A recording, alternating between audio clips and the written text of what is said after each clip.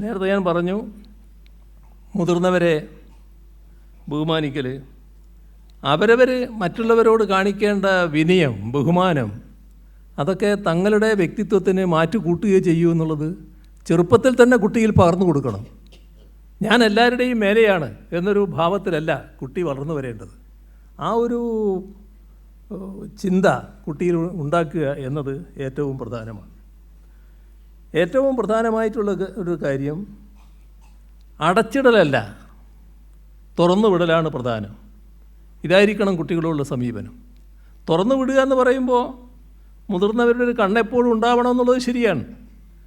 അത് ആ കണ്ണുണ്ടായിക്കോട്ടെ, എന്നാലും അവർക്ക് കൂട്ടുകൂടാനും സമപ്രായക്കാരുമായി കളിക്കാനുമെല്ലാമുള്ള അവസരം ഉണ്ടാവണം.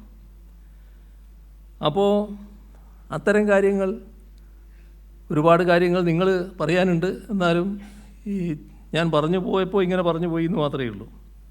അപ്പോൾ സമഗ്രമായ ഇടപെടലുകളാണ് നടത്തേണ്ടത്. അതാണ് നമ്മൾ ഉദ്ദേശിക്കുന്നത്. അതിന് വിവിധ ടേമാക്കാം, ഷോർട്ട് ടേമും മീഡിയം ലോങ് ടേം എല്ലാം ആക്കാം.